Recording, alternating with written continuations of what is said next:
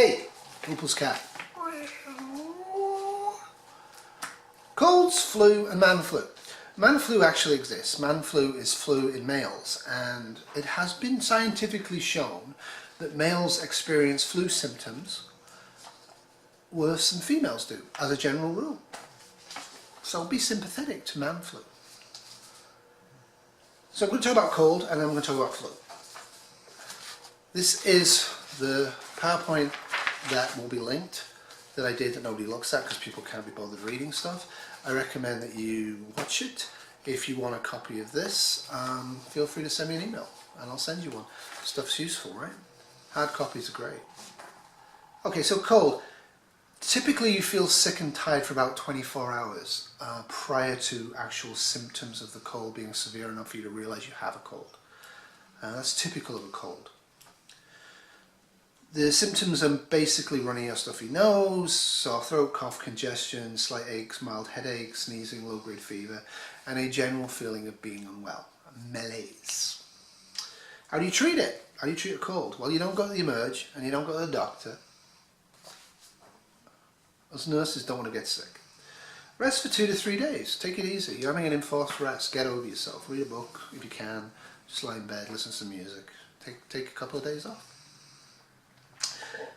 Keep hydrated. Now aim to drink about 2 to 3 litres of fluid a day. 4 litres if you can, unless you have contraindication because you've got kidney failure. Oh, sorry, I'm just having a coffee. I always get hiccups in my video. You're aiming actually to have your urine clear to pale yellow. Don't overhydrate, but be careful. You might want to take aspirin and Tylenol, paracetamol if you're English, acetaminophen if you're American, Tylenol, same thing. You need to know if you can take them safely. Look that up using a drug book.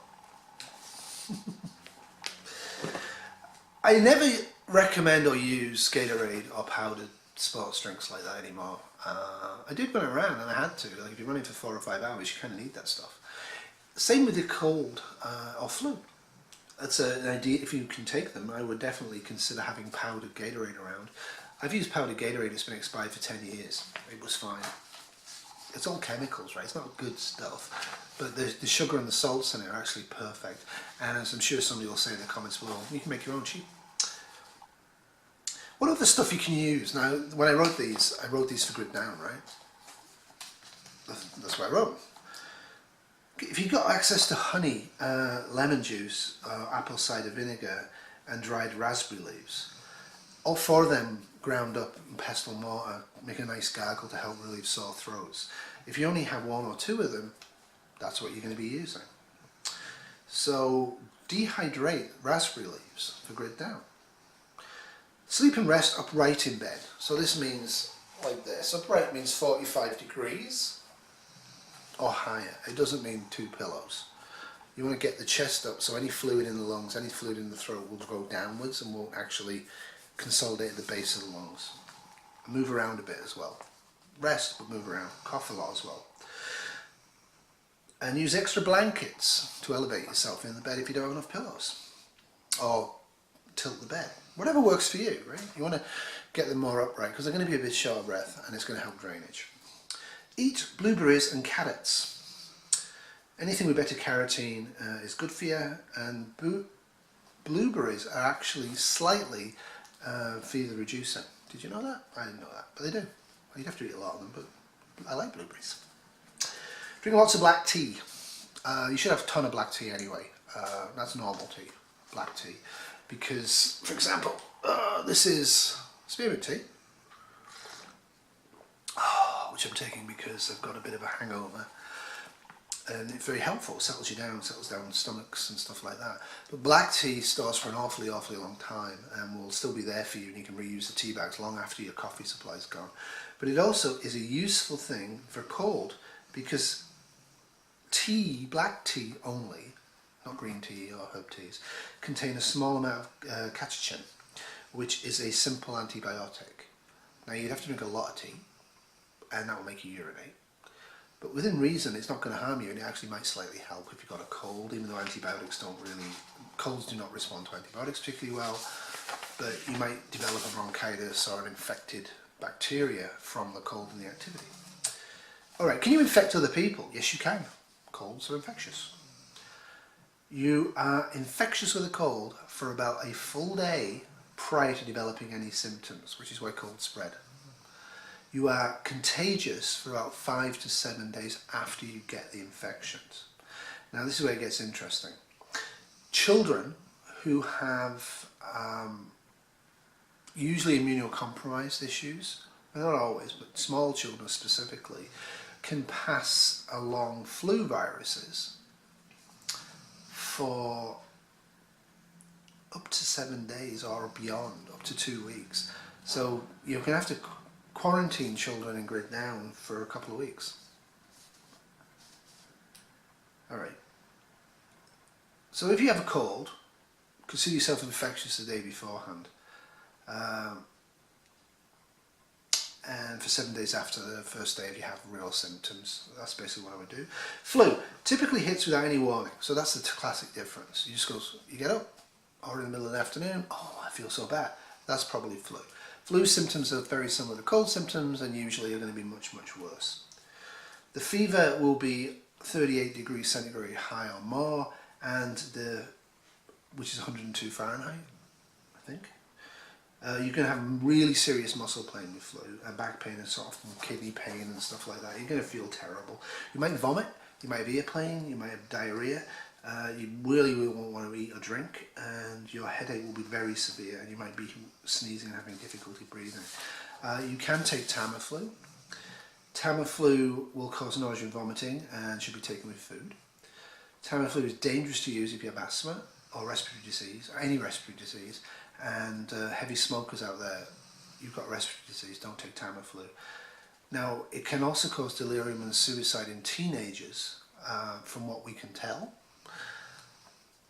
So bear that in mind if you are going to self-medicate with Tamiflu. Have pre-mixed bottles of Gatorade or similar available and drink as much as you can. Avoid caffeine in this case, so no black tea for flu. But use herbal teas with lots of honey added because that helps. Force someone with flu to drink small amounts and often. They're not going to be self-medicating with hydration, so you're going to have to go in there and turn them, cough them, wash them, and make them drink. Like, you have to be aggressive with that. Right? So have different varieties of Gatorade available, because orange Gatorade after 2 days can get kind of bad. All of them can, but you can get the powders, and you can get different powders. Running stores often have them, cycling stores often have them, and you can get them reasonably cheap. Some supermarkets actually sell powdered Gatorade as well. The only use for that is endurance activities, and if you've got a cold or a flu. By the way, you should be using that as a pop. Again, it's the same as the other one. You would like to do honey, lemon juice, apple cider vinegar and dried leaves to make a gargle for the throat. You have to rest aggressively and do the same things you would do for a cold. The position in bed specifically and stuff like that. They say keep a pot of water gently boiling as a humidification might help with your breathing. Yes, if you can easily do it. Yes, if it's safe to have that pot unattended. Yes, if it's winter in the north, because all that moisture drops out of the sky. Otherwise, I wouldn't really do it on a humid day, but use self-judgment about that. How long are you infected for? Well, most of the time you're going to only be contagious for 24 to 72 hours after you get it. And remember, symptomology is almost instantly. You might remain infected for up to 5 days after the onset of symptoms, the first time you got it. Again, children can be affected for 2 weeks, some children. Now, the CDC, okay, fake news site for some people, but I actually think it's a great site, recommend you stay at home for at least 24 hours after the fever is completely gone. Except to get medical care of the necessities, if you can. It's important to know that even if you don't have a fever, you may have the flu and you can be contagious. So you can have flu without any spike in temperature. So don't think, oh, my temperature's fine, but I feel so ill. You've got all those other symptoms. You've probably got flu. Don't go out and about and don't infect other people. Treatment is based on severity of symptoms. You may have to go to hospital. You may need IV antibiotics. If you have secondary infections, you probably might, if you have to get to the hospital, you might need IV fluids. it's a catch-up game. You've got to really keep an eye on these people. You can't just leave them in bed for 12 hours and then wake them up in the morning and think they'll be fine. They'll be, especially with temperature. You've got to give them Tylenol, and you've got to give them aspirin frequently. You've got to get that temperature down, and you've got to keep them hydrated. And so, you know, don't leave them on 2 or 3 hours without waking them up to give them a drink. All right. The easy way to tell the difference between flu and colds is if you can't do it and you need somebody to help you. That's the bottom line. All right. Hope you enjoyed that. Au revoir.